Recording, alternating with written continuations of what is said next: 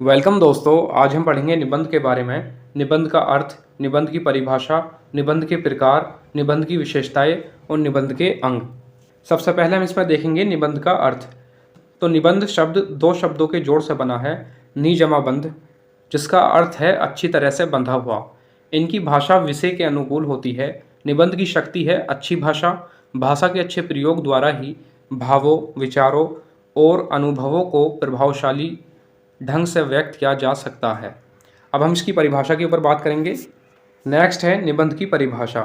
तो निबंध की परिभाषा के संबंध में विद्वानों के अलग अलग मत हैं। बाबू गुलाब राय के अनुसार निबंध उस गद्य रचना को कहते हैं जिसमें एक सीमित आकार के भीतर किसी विषय का वर्णन या प्रतिपादन एक विशेष निजीपन, स्वच्छंदता, सौष्ठव और सजीवता तथा आवश्यक संगति और संबद्धता के साथ किया गया हो, निबंध कहलाता है। आगे चलते हैं। पंडित श्याम सुंदर दास के अनुसार निबंध वह लेख है जिसमें किसी गहन विषय पर विस्तार पूर्वक और पांडित्यपूर्ण ढंग से विचार किया गया हो, निबंध कहलाता है। आगे चलते हैं। आचार्य रामचंद्र शुक्ल के अनुसार यदि गद्य कवियों या लेखकों की कसौटी है तो निबंध गद्य की कसौटी है। भाषा की पूर्ण शक्ति का विकास निबंध में ही सबसे अधिक संभव होता है। इस प्रकार निबंध किसी विषय पर विचार प्रकट करने की कला है। इसमें विचारों को क्रमबद्ध रूप से परोया जाता है। इसमें ज्ञान, विचार और व्यक्तित्व का अद्भुत संगम होता है। अब हम पढ़ेंगे निबंध के प्रकार। निबंध चार तरह के होते हैं। नंबर 1 वर्णनात्मक निबंध, नंबर 2 विवरणात्मक निबंध, नंबर 3 भावात्मक निबंध, नंबर 4 साहित्यिक या आलोचनात्मक निबंध। अब हम एक एक के बारे में डिस्कस करेंगे। पहला है इसमें वर्णनात्मक निबंध। इन निबंधों में निरूपण अथवा व्याख्या की प्रधानता रहती है। विभिन्न प्रकार के दृश्यों, घटनाओं तथा स्थलों का आकर्षक वर्णन करना ही इन निबंधों का क्लेवर विषय वस्तु होता है। इन निबंधों की अन्य विशेषता यह है कि यहाँ प्राय प्रत्येक निबंधकार अपने निबंध में एक सजीव चित्र उपस्थित करता है। तीर्थ, यात्रा, नगर, दृश्य वर्णन, पर्व त्योहार, मेले तमाशे, दर्शनीय स्थल आदि का मनोरम एवं संश्लिष्ट वर्णन करना ही निबंधकार का प्रमुख उद्देश्य होता है। इनमें लेखक प्रकृति और मानव जगत में से किसी से भी विषय चयन कर सर्वसाधारण के लिए निबंध रचना करता है। तो ये हो गया आपका वर्णनात्मक निबंध। नेक्स्ट है विवरणात्मक निबंध।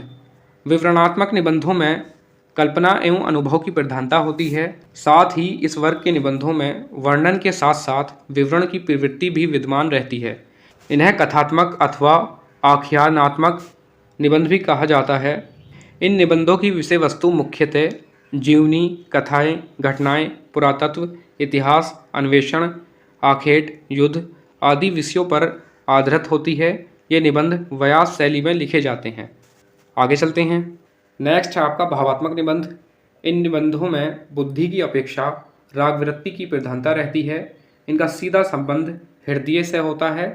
अनुभूति, मनोवेग अथवा भावों की अतिशय अभिव्यंजना इन निबंधों में द्रष्टव्य है। इन निबंधों में निबंधकार सहृदयता, ममता, प्रेम, करुणा, दया आदि भावनाओं से युक्त व्यवहार को प्रकट करता है। तो ये हो गया आपका भावात्मक निबंध। आगे चलते हैं। नेक्स्ट है इसमें आपका साहित्यिक या आलोचनात्मक निबंध। किसी साहित्यकार, साहित्यिक विधा या साहित्यिक प्रवृत्ति पर लिखा गया निबंध साहित्यिक निबंध या आलोचनात्मक निबंध कहलाता है। जैसे मुंशी प्रेमचंद, तुलसीदास, आधुनिक हिंदी कविता, छायावाद हिंदी साहित्य का स्वर्णयुग आदि। इसमें ललित निबंध भी आते हैं। इनकी भाषा काव्यात्मक और रसात्मक होती हैं। ऐसे निबंध शोधपत्र के रूप में अधिक लिखे जाते हैं। तो ये हो गया आपका साहित्यिक निबंध। नेक्स्ट है इसमें निबंध की विशेषताएं। तो इसमें यहाँ पर 7 पॉइंट दिए हुए हैं, आप नोट कर लीजिए। नंबर 1 कसावट, प्रभावशाली भाषा, विषयानुकूलता। नंबर 2 निबंध में विचार और भाषा दोनों में ही कसावट का गुण होना चाहिए। उद्धरणों की भाषा न बदली जाए। नंबर 3 निबंध का अर्थ ही है भली भांति बंधा हुआ या कसा हुआ। विराम चिन्हों का समुचित प्रयोग आवश्यक है।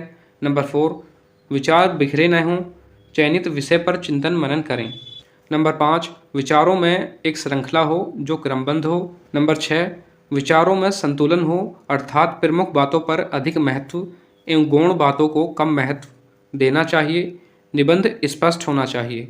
नंबर 7 निबंध में बदलती हुई विशेष सामग्री के अनुसार पैराग्राफ बदलने चाहिए। तो ये हो गई आपकी निबंध की विशेषताएं। आगे चलते हैं। अब हम पढ़ेंगे निबंध के अंग। निबंध के 4 अंग निश्चित किए गए हैं। नंबर 1 शीर्षक, नंबर 2 प्रस्तावना, नंबर 3 विस्तार, नंबर 4 उपसंहार। तो सबसे पहले हम देखेंगे शीर्षक। शीर्षक आकर्षक होना चाहिए ताकि लोगों में निबंध पढ़ने की उत्सुकता पैदा हो। नंबर 2 प्रस्तावना, निबंध की श्रेष्ठता की यह नींव होती है। इसे भूमिका भी कहा जाता है। यह अत्यंत रोचक और आकर्षक होनी चाहिए, परंतु यह बहुत लंबी नहीं होनी चाहिए। भूमिका इस प्रकार की हो जो विषय वस्तु की झलक प्रस्तुत कर सके। नंबर 3 है विस्तार। यही विचारों का विकास होता है। यह निबंध का सर्वप्रमुख अंश है। इनका संतुलित होना अत्यंत आवश्यक है। यही निबंधकार अपना दृष्टिकोण प्रकट करता है। नंबर 4 है उपसंहार। निबंध का समापन एक निश्चित क्रम में होता है। लेखक अपना दृष्टिकोण प्रस्तुत करता है। उपदेश, दूसरे के विचारों को उद्धृत कर या कविता की पंक्ति के माध्यम से निबंध समाप्त किया जाता है। तो ये हो गया आपका कंप्लीट निबंध के अंग। अब आगे चलते हैं। अब हम पढ़ेंगे निबंध के गुण। तो इसमें आपके 2 पक्ष हैं, कला पक्ष और भाव पक्ष। कला पक्ष में आपको किन किन चीज़ों का ख्याल रखना है। नंबर 1 विषयानुसार शब्दावली का प्रयोग। नंबर सरल वाक्य रचना। नंबर 3 भावानुकूल भाषा। नंबर 4 विचारों की क्रमबद्धता। नंबर 5 रचना की सरलता तथा सजीवता। नंबर 6 विषयांतर त्याग। नंबर 7 पुनरावृत्ति का बहिष्कार। तो ये हो गया आपका कला पक्ष। अब आगे चलते हैं। नेक्स्ट है इसमें आपका भाव पक्ष। इसमें आपको किन किन चीज़ों का ख्याल रखना है। नंबर 1 विचारों की नूतनता। नंबर 2 व्यक्तित्व की छाप। नंबर 3 मौलिकता। नंबर 4 प्रभावोत्पादकता। नंबर 5 कल्पना प्रवणता। तो ये हो गया आपका कंप्लीट। और अगर वीडियो अच्छा लगा हो तो वीडियो को लाइक कीजिए। Thank you.